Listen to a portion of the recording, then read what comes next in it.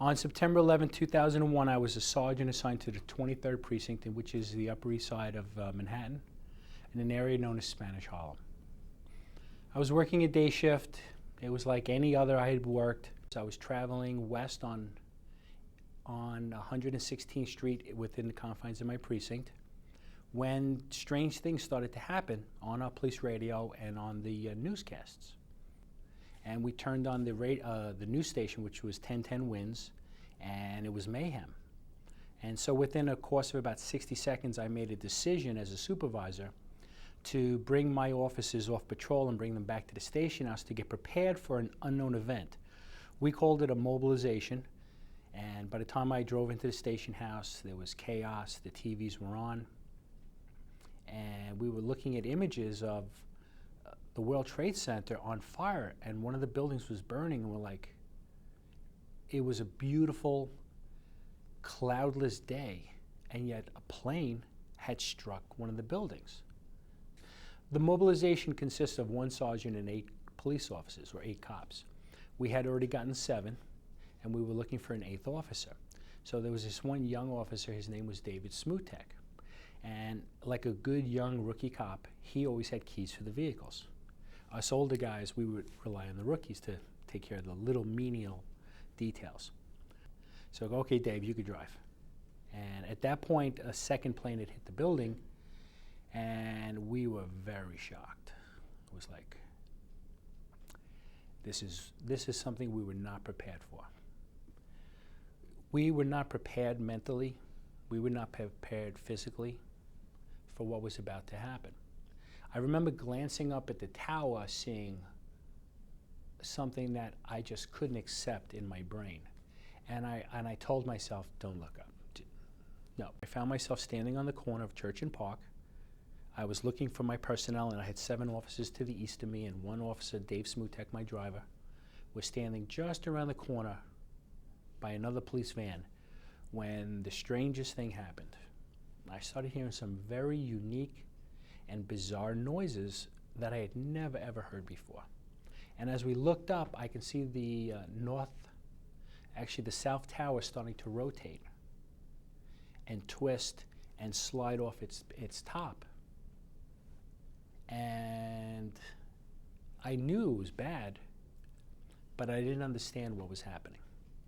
And with that, I saw a huge cloud that had to have been several hundred feet high, rolling towards us like an avalanche. I turned and saw my 7 officers and all the other police officers fleeing to the east, which was a much better place to be. And Dave was in front of me to the south as I can see the cloud coming towards us. Dave was alone. I went to Dave. So at least Dave and I were together. He had a partner. And as the cloud came over us, we braced ourselves behind somebody else's van that was on the street.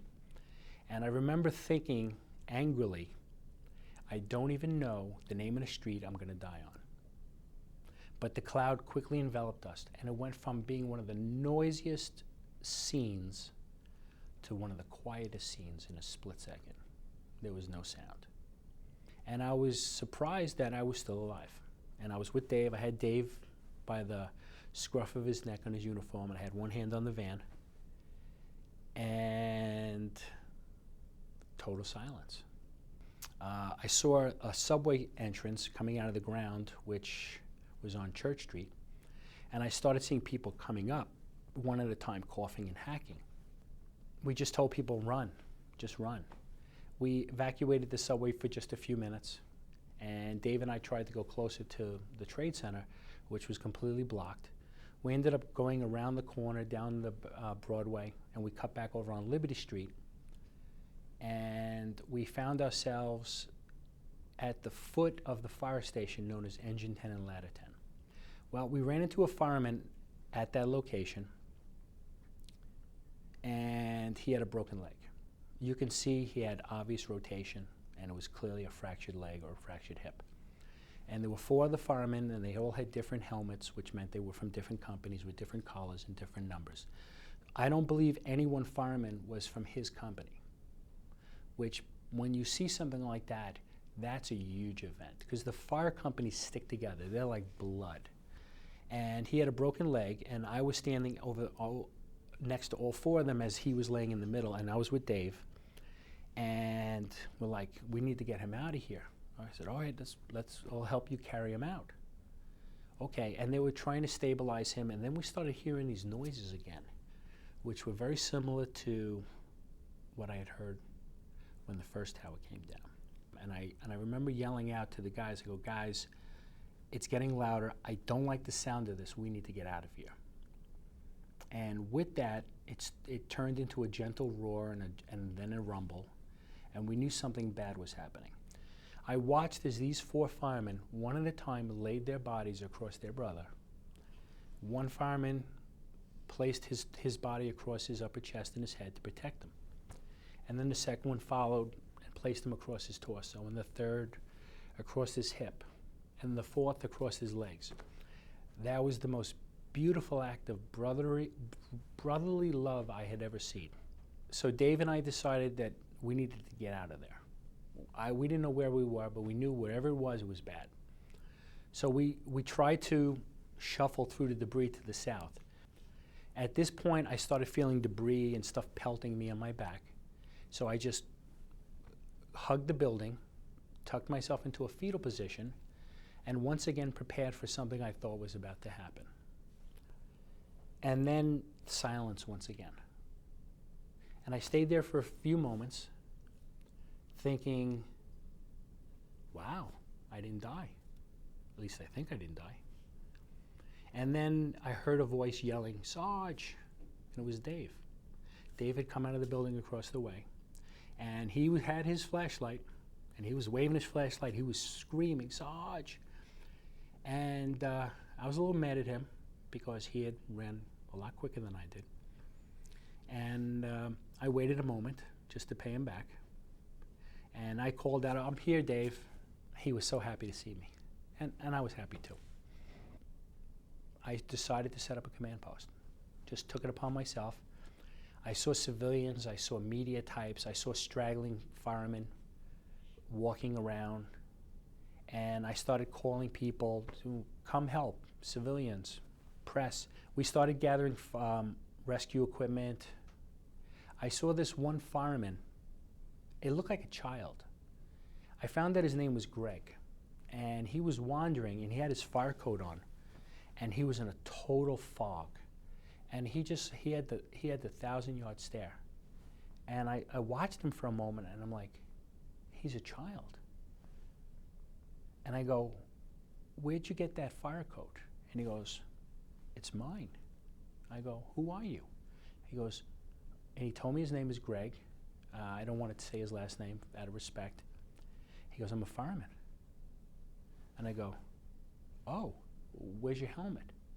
He goes, I don't know.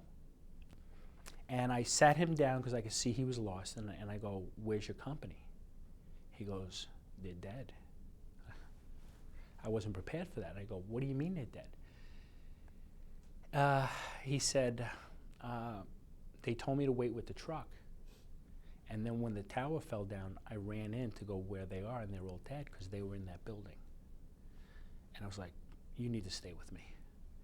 But I remember vividly, I did not understand how serious it was until as the clouds started to lift, the debris and the dust, and I was able to see a fresh wave of rescue people coming in. And I looked over and I go, Dave, what uniform is that? And he goes, that's Jersey State Police. And I go, what's NFD? There was a fireman standing next to him. He goes, that's Newark Fire Department. And I go, why are they here? He goes, I think this is bad. We started seeing waves of new officers coming in with fresh, clean uniforms. And as much as I hated leaving, I knew it was time. And so we took ourselves out. I have no physical explanation as to why I'm here today. It's merely God said, I'm not ready. You're not done. I can tell you that 343 firemen were killed on September 11th. I can tell you 23 New York City police officers were killed on September 11th, and 37 Port Authority officers were killed on September 11th. I knew some of those New York City cops. One of them I was a rookie with. His name was Tim. Tim was on his way to traffic court when he diverted and went to the Trade Center and was never seen from again. I can tell you that they never found anything from Tim. And I remember being at his funeral when his wife buried an empty casket. We consider ourselves lucky. We do not want to be called heroes. Those are fighting words. No, we are not heroes. I saw heroes and I know heroes, but we are not heroes. We're just people who did our job.